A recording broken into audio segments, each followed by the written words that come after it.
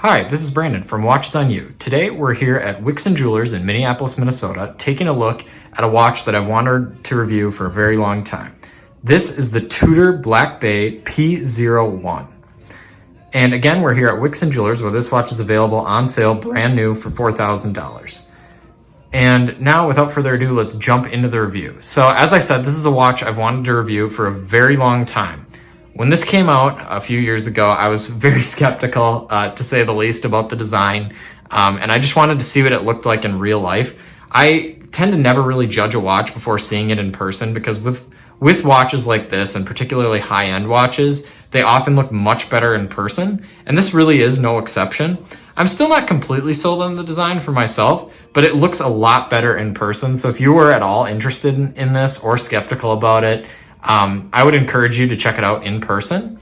But now we'll kind of move into the more technical aspects of this watch. So basically, again, this is the Tudor Black Bay P01. It's based on a concept that was developed for the Navy in the 1960s. And essentially the reason for its kind of unique design is that at that time, the rotating bezels that were being made and the ratcheting systems were fairly unreliable. So they needed a way to make it more reliable, at least just a bezel kind of ratcheting system to keep it secure, because obviously for the Navy, that's an extremely important thing to have in a watch, just that security. And basically the way that they did that is they have a end lug here that moves off of the coin edging on the bezel, and it kind of locks back into it with its teeth. So the bezel is completely secure now, and all you have to do is pull on the lug a little bit or kind of flip it down. You could still do it when it's on your wrist. And it's very actually easy to use. It's a bit of a gimmick, I mean, I'll be honest, but it's functional. It's a piece of horological history, and I definitely see why people would want to have it. I mean, there's just nothing really like it. It's like the Ploprof kind of, where it's sort of an impractical design for a daily wearer.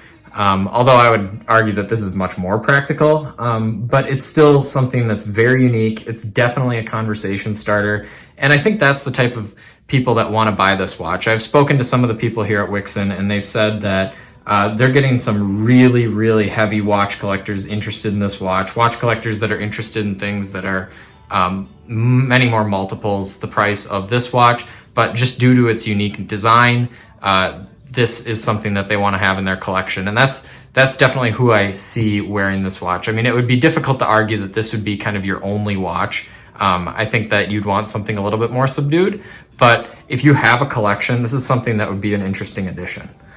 So now I'll try the watch on for a wrist shot. It's got a 42mm case, which again is large. It definitely feels significantly larger than my Submariner. I would argue that it also looks larger just due to the design of these lugs. They're pretty flat on top. And then obviously you have this, the end lug that is kind of large and protrudes over those lugs.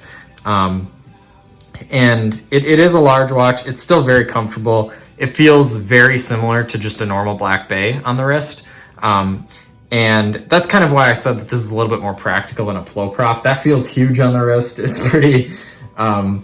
pretty obvious you're wearing a watch that is not normal. The watch is very thin. It comes with a very nice movement. It's a Tudor COC certified in-house movement. So you're getting a lot of value for $4,000. And I won't be surprised if this increases in value going forward. And I think maybe it'll go down a little bit in the near term, but I think in the long term, this will become a big collector's piece.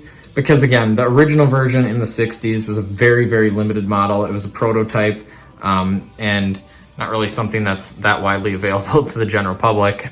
So having this watch with its unique design is definitely something that I think going forward will make it successful in the vintage market. And also it has some unique features. The lume is kind of painted on. It's very thick. It looks vintage, but something I'm very happy that they did not do was make the lume a kind of faux aged lume. It is just normal green. It looks very, very nice. They did kind of age the date wheel. It's not like an age, it's just kind of a different color. It matches the lume, which I think looks quite nice and kind of contrasts nicely with the 200 meter water resistant mark on the dial, that red mark. I think it adds a very nice look to it. Really everything about this watch is very high quality. The leather and rubber strap I really enjoy, just because it's got the rubber on the back for comfort and kind of security, and then the leather on the top. It is probably, I would assume it's waterproof from what I've seen. I mean, it's a 200 meter water resistant watch, and it looks like a suede. It's not really a leather that's going to absorb a lot of water, I don't think. But you could definitely dive with this watch, I would say. So again, overall, I was pleasantly surprised with this piece. We're going to be reviewing a lot of kind of Tudors, Rolexes lately. I know we've kind of been falling off a little bit. That's because of kind of COVID. We hadn't been back to Wixon for a while, so you can expect a lot of those videos coming forward, and we'll have some vintage, interesting vintage watches also. So thanks for watching this video. Remember to like, subscribe, and share. Thank you.